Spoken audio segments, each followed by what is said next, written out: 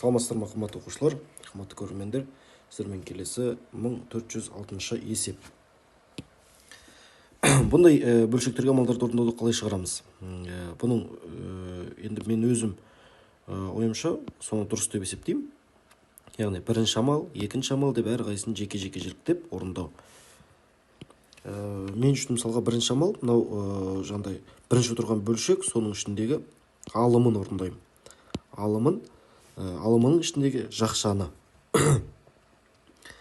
Бізде есеп берілген, есепті қайтадан жазып қажет емес. Мен бірден бірінші амал, екінші амал деп орындай берейін. Бірінші амал, жақшаның ішіндегі 2,18-ден 5 азайтылған 1,125. 1,125-ті мен жүздік бөлшекті ондық жандай жай бөлшек айландырам. Сонда 18, мұнда 5 азайтылған 1,4-ден 1 деймін.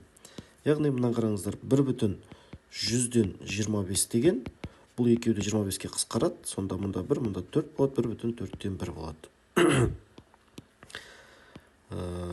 Сонда мен 1,4-ден 1 деп жазып алдым. Тең, енді 18 бен 4-ке ортақ бөлім берем. Ол 36, 18-ге 2-ден 4-ке 9-дан берем. Сонда 2,36-дан 10 азайтылған 1,36-дан 9 болады. Бүтіндерден 2-ден 1 азайтам, 1 бүтін қалады, 36 бөлімі жазылады, оннан 9 азайтам, 1,36-дан 1 шықты. Екінші амал, осы 1,36-дан 1-ді бөлемін 4,9-дан 1-ге. Тең 36-дан 37 болады, яғни мен бұрыс бөлшек айландырдым. Бөлінген 4, 9, 36, 37, мұны бөлуді көбейту айландырым ары қарай.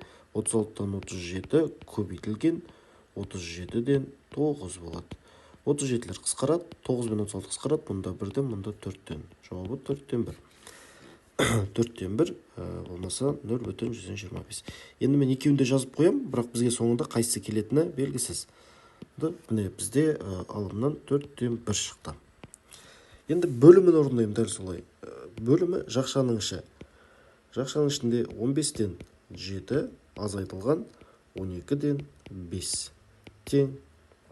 Не жерге мен жақша қойыппын, жақшаға ішті емес. 15 пен 12-дің ортақ бөлімін табамын. Екеуінікі 60 десем, 15-ке 4-тен, 12-ке 5-тен берем. Сонда ортақ бөлімі 60 болады. 4-ті 7-ге көбейтсем 28, 5-ті 5-ке көбейтсем 25. Сонда шығады 60-тан 28-ден 25 азайтсам 3. 3 пен 60 қысқарады 3-ке, мұнда 1, мұнда 20-дан. Енді төртінші амал, осы 20-дан 1-ді көбейтемін 5-ке. Тең 5-тің бөлімінде 1 бар деген сөз, 1 мен 20 қысқарады, 5 пен 20. 5-ке 1-ден берем, 20-ға 4-тен берем. Сонда 4-тен 1 шығады. Енді 5-ші амал, ол яғни алымын бөліміне бөлем. Менде алымнан да бөлімнен де 4-тен 1 шыққан.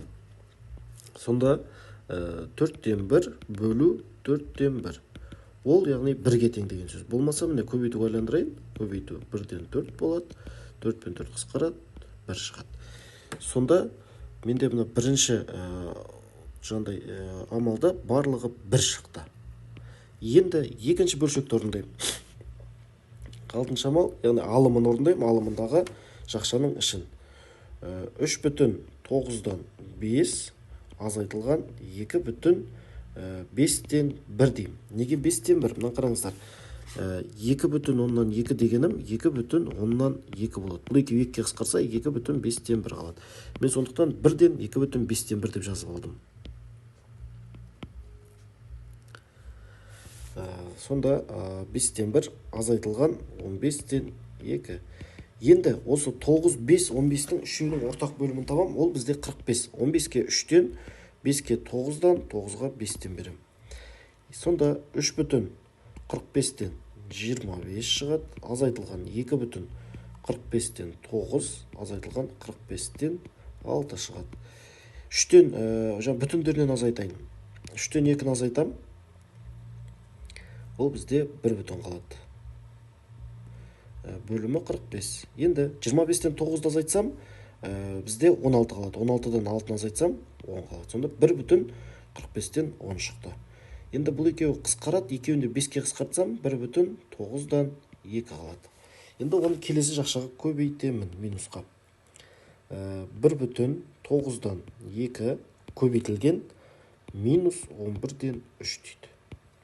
Тең. Сонда 9-дан 9-ды 1-ге өтсем 9, оған 2-ні қоссам 11 көбейтілген минус 11-ден 3.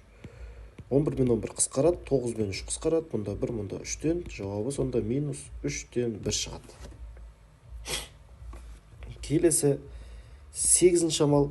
8-ші шамал бөліміндегі жақшаны алайын. Яғни менде екінші бөлшектегі алымынан минус 3-тен 1 шықты. 8-ші шамал 1,9-дан 7 азайтылған 2. Бұл дегенім 1,9-дан 7 азайтылған 1,9-дан 9 деген сөз. 1-ден 1-ді азайтсам 0 қалады, яғни бүтіндері жоқ. 9-дан 7-ні азайтсам минус 2. Мұнда минус 2 деп жазып қоям. Енді 9-ші шамал осы минус 9-дан 2-ні көбейтемін. Мұнда тағы да. Қараңыздар, 2,100-ден 25 дейді. Бұл екеу тағы қысқарады, сонда 2,4-ден 1 қалады. Мен 1-ден 2,4-ден 1 деп жазамын. Сонда көбейтемін 2,4-ден 1. Енді 2,4-ден 1 бұны минус 9-дан 1 көбейтілген 4-ден 4-ге өтсем 8, қоссам 9. 9 мен 9 қысқарады, сонда минус 4-ден 1 қалады. Бөлімінен сонда минус 4-ден 1 шықты. Енді қараңыздар, минус пен минус бөлінге, мұнда қазір бөлуді орындаймын. Мына жердегі бірінші, ең бастапқыда бірінші орындаған амалдарды орындауды өшіріп, осында соңғы амалын орындаймын. Сіздер паузаны басып бұны жазып алған шығарсыздар. Соңғы 9-10 амал, жоқ, кешірім сұраймын, тағы да бір амал бар екен, ол екен қосады екенбіз. Яғни бізде алымынан минус 3-ден 1 шықты, бөлу минус 4-ден 1-ге. Бұл көбейтуге айланады, минус 3-ден 1, көбейту 1-ден 4. Онда минус бар. Минус пен минус қысқарады да 4 бөлінген 3 қалады. 4 бөлінген 3 осылай тұрады. Енді соңғы амал, яғни 11-ші амал, ол бізде 1 қосылған 1,3-ден 1. Сонда шығады 2,3-ден 1. Сонда бізде 1406 есеп.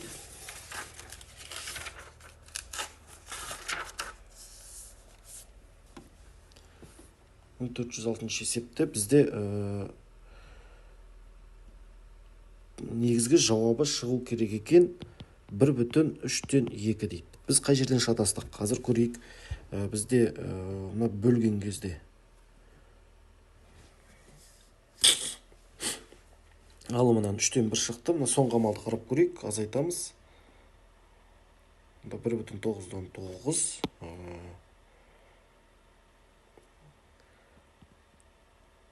2,4-ден 1 шықты. Минус 4-ден 1. 3-ден 1-ді 4-ден 1-ге бөлдік. Бұнда бізде көбейтуге айланды. 3-ден 4. Бұл 1,3-ден 1.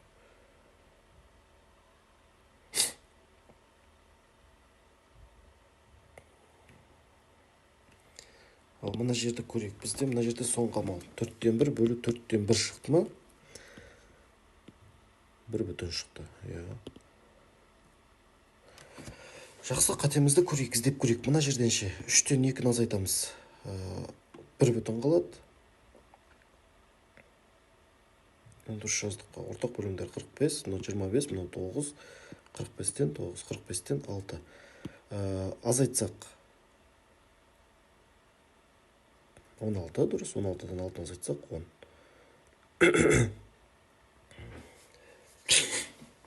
1,2 екеуінде 5-ке қысқарттық, 9-дан 2, 9-дан 11, 9-дан 11 шықты, 11-ден 3 болды.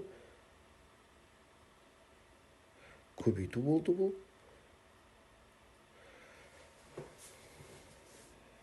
Неке 9 бен 3 қысқарды, мұнда 1, мұнда 3-тен 1 шықты. Жақсы, 1,9-дан 7 азайту, 1,9-дан 7 азайту, 1,9-дан 9.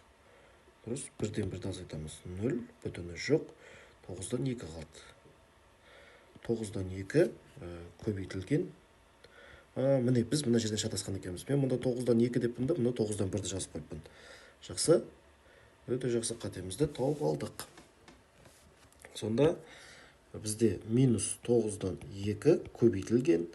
4-тен мұнда 8, 9. 9 бен 9 қысқаратын еді. Мұнда 1, мұнда 1, мұнда 2 қалады. Сонда мұнда 2-ден 1 қалды бізде.